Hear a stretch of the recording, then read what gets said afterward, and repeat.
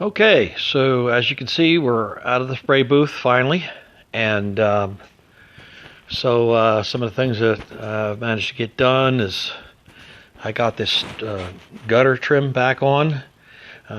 This was a bit tricky because no matter how careful you are taking it off, it's always going to get distorted because of the way it clips. It clips over the top and then it snaps onto the bottom here. So when you try to take it off, it kind of gets distorted, and it kind of takes forever to try and get it back into a flat plane to where it's supposed to be. Then once you do that, then it's a little too far spread, so it doesn't want to clip. So as you put it on, you have to kind of gently squeeze it. I used some flat vice grips that have flat jaws to get it to grip on there. Also, I put a little seam sealer on the back side to get it to adhere on there. And so like everything else, it's got sharp edges. It's a little tough to get it on there, trying to avoid whacking the car with it. Anyway, so I got that on. I got these pieces on over here. Got the inner whiskers on here, which back here I'm probably going to want to seal this up completely so no water gets into there at all. Normally that's water gets in there and it goes down through into the quarter panel and dumps out the bottom, but we don't have the inners for the old car. We got the inners from the Challenger, so we're going to have to try and, while we do have ways of guiding the water out, which I showed you in previous episodes, we want to make sure as much water doesn't get in there from the get-go. Something I did do, which worked out okay, was normally this rain gutter ends about here, and then this is open, and you have to basically, load up a bunch of seam sealer in this corner here. And what I did was I actually welded a piece of metal in here to close this out over here. This is normally a gap right there. So that worked out good. Of course, getting it out into this other room, what looked like a perfect buff job. So you see these under different lights with the sunshine coming through, a little foggy patch here and there. So I'm having to go back over very delicately and try to buff out the little spots that I'm seeing as I go along. Some of them are just going to have to be where they're going to have to be because there's always a danger of burning through, especially along the edges here. So you got to be careful with that. Up front here, just starting to get all the wiring harnesses covered up and looped and secured. As you can see, I managed to get a paint situation ironed out so that I have the roll pan painted and attached, as you can see there, and the mirrors are also painted, and the antenna for the roof is painted, and those are the last three items that had to be painted yellow, thanks to a suggestion from Jared Slate, who suggested that I try to get a little bit of base coat in the same system and see if I couldn't use that to make sure that I got good coverage, and then use whatever I had left of the yellow paint, which I had a very small amount of the yellow paint left to do the final coat on those three items, four items actually, with two mirrors. So that's exactly what I did. I went ahead and went to the paint store and talked them into giving me a base coat that matched. And this does not look like $70 worth of paint, but that's what it is. So I can only imagine if I went with a base coat clear system, what this paint job would have cost. But anyway, I got that squared away, and it worked out fine. I barely made it with the top coat, which was what was left of the original yellow. But it's on, and that's all that counts. So I've got that. I've got my my blinker lights are in. They're plugged in, ready to go. Let's see what else I got. Haven't gotten to the wiring on the signal lights yet. Got the cover finally on and adjusted so where there's a little interference with the hood hinge when I was building it, and I was not satisfied with that. Got that ironed out. Now that's good to go. Plug the windshield washer line into the tank. That's ready to go now also. Let's see what else. Did get somebody to come out, will be coming out I should say, to put the windshield in for me. So that's a big plus, and they won't be out here till probably, I think it's the 7th of November, but at least I'll have it professionally done. But have the rear bumper is on finally, and so that's all detailed out. I fooled around with the in the earlier versions of earlier videos, I talked about how the light was shining up through the top here when the license plate light was on. Well, Don said, well, why don't you just black out the top, which was a good suggestion because it's a clear plastic housing. And I just painted out the top of it black, and so I don't have any light transmission with that. And I changed the bracket to drop it down a little bit further, get it as flush with the bottom of the bumper as I could, so there was less interference and the wires are not sticking up there anymore, which is nice.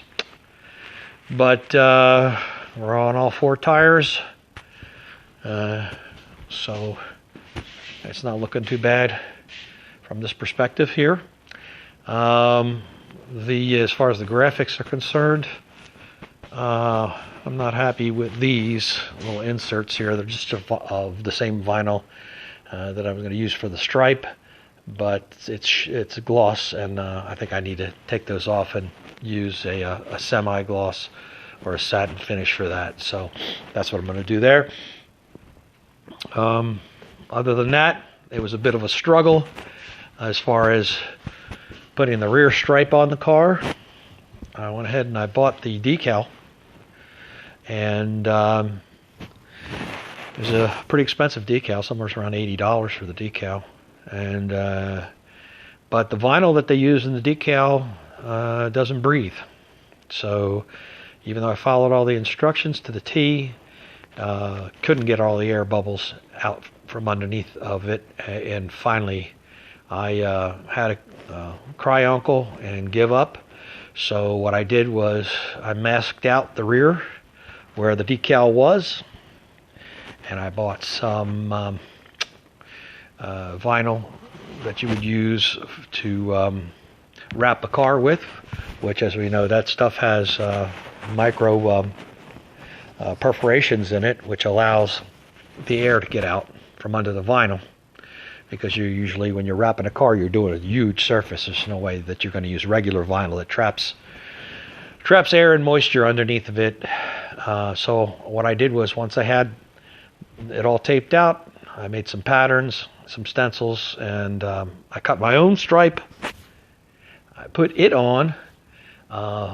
Problem is, I'd been using a photograph that the stripe was in the wrong place. So I applied the stripe twice, and it was in the wrong spot at both times. And I didn't notice it till the second one was on, and I was standing back and taking a picture, and I realized, well, that's a little too far forward. Anyway, this little side marker light is supposed to end up in the center of the rear stripe. And the picture that I used, the car that I referenced, it had the 1/4-inch pinstripe lined up right with the back edge of this side marker light. Well, I did a real good job of getting it perfectly, exactly wrong like the car in the picture. So I'm just going to pop a picture up of it so you can see what that looked like right here.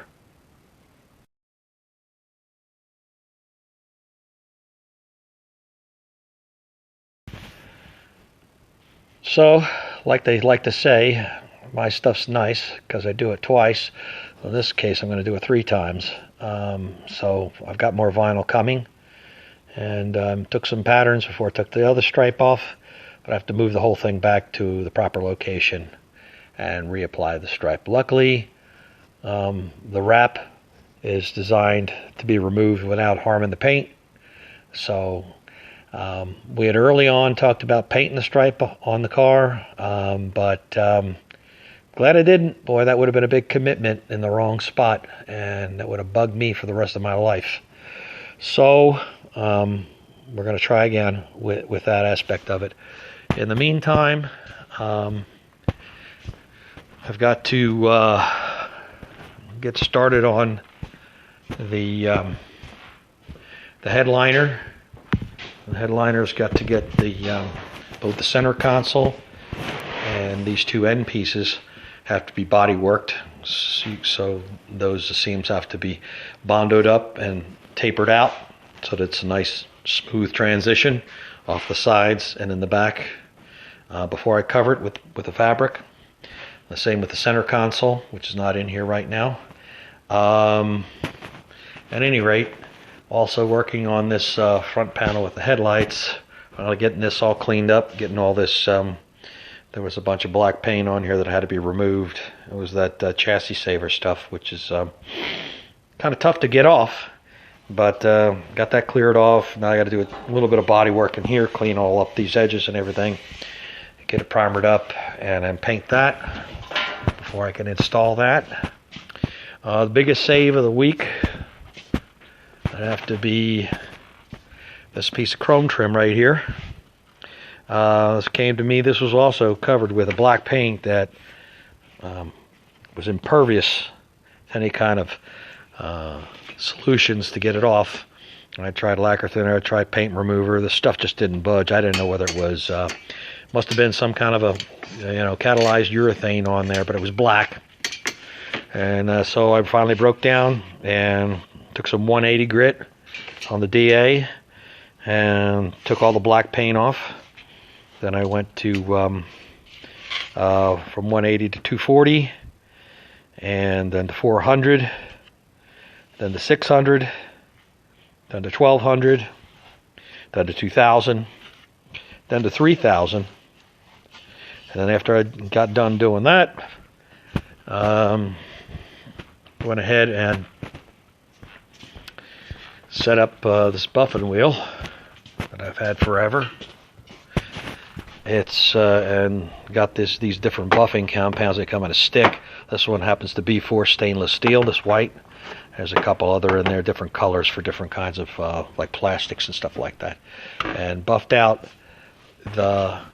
that's the piece of stainless so that it matches the other side. And now we're just waiting for some clips, because I didn't really look at it too hard, but the clips that came off of it were pretty chewy.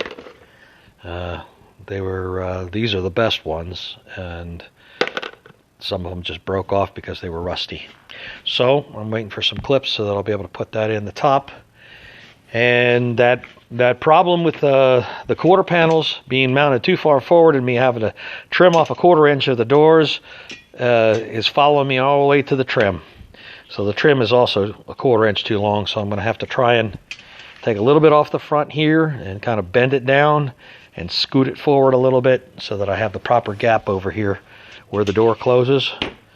So these things have a tendency to daisy chain. That's why it's always good to fix the problem when you see it in the initial situation, which I did not spot the fact that it was that bad